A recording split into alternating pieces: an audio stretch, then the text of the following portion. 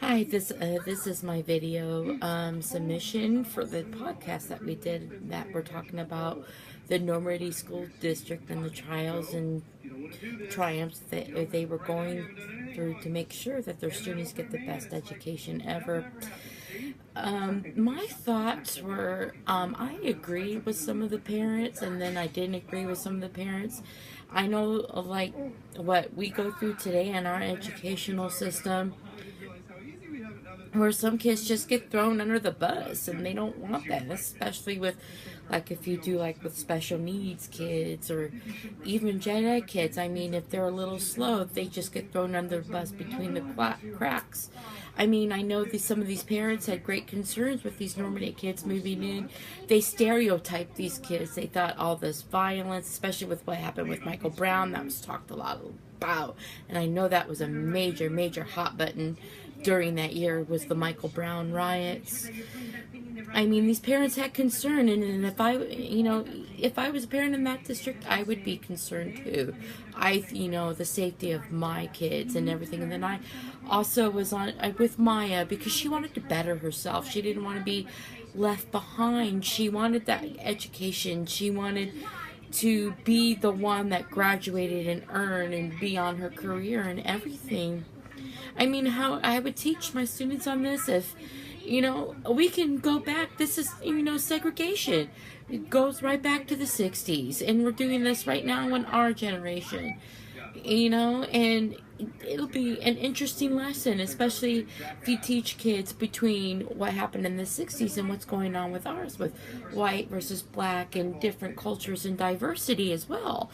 It's, it's going on today, and our kids are firsthand seeing it on news, social media, through our parents. I mean, some of the parents are teaching them hate, and some parents are teaching them tolerance, and especially if you want to teach it to the younger kids, make it an interesting lesson. See how it feels to walk in the shoes when they were in the, if they lived in the 60s, to their own personal experiences to now living in here.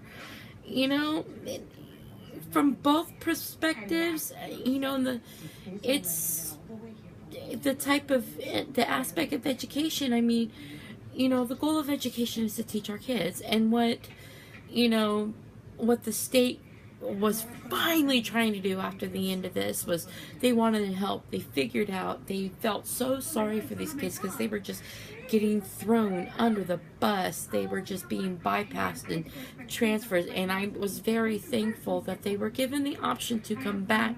And then some of the ones that wanted to stay at the all-white school that they were at, which was amazing, even though they didn't want to comment on it, the students were able to pick and choose whether if they wanted to go back to Normandy or stay at Fort Wells. And I was very thankful they had that option. I mean, this podcast was really, really interesting because it made you want to think. It made you like, oh my gosh, what if someone comes up to you and sees something on the news or hears something like this, and, how can you explain it, especially to a young child? So as teachers, to make it into a fun, integrative lesson would be an interesting history lesson, not only for them, but for themselves. So I was really thankful that I watched this, and and I hope to apply some of the good ideas for once I get into the field, either if it's going to be gen ed or special needs, to help kind of get some idea on, you treat everybody equally. That's what basically what it is. You teach kids that are white, black, Muslim, everything, all different races and cultures, and your own person as well. So even if someone doesn't believe in what you believe, you accept what they are, because that's what they are. You don't have to force their beliefs on you. So like I said, I'm very thankful that this podcast kind of opened my eyes a little bit, kind of gave me a little perspective on why I'm in this field and why I want to teach our children. So thank you.